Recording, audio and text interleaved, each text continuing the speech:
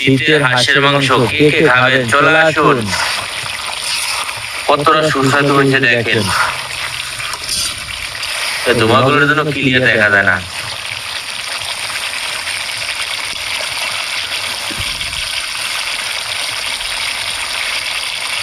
দেখেন শীতের হাঁসের মাংস এতটা ভালো লাগে, শীতকালে হাঁসের মাংস খেলে।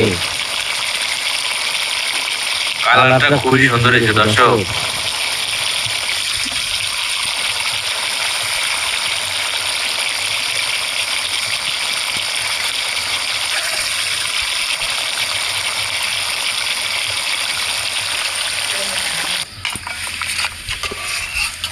রান্নাটা কমপ্লিট হয়ে গেল, এখন এই যে ঢেলে নিতেছে।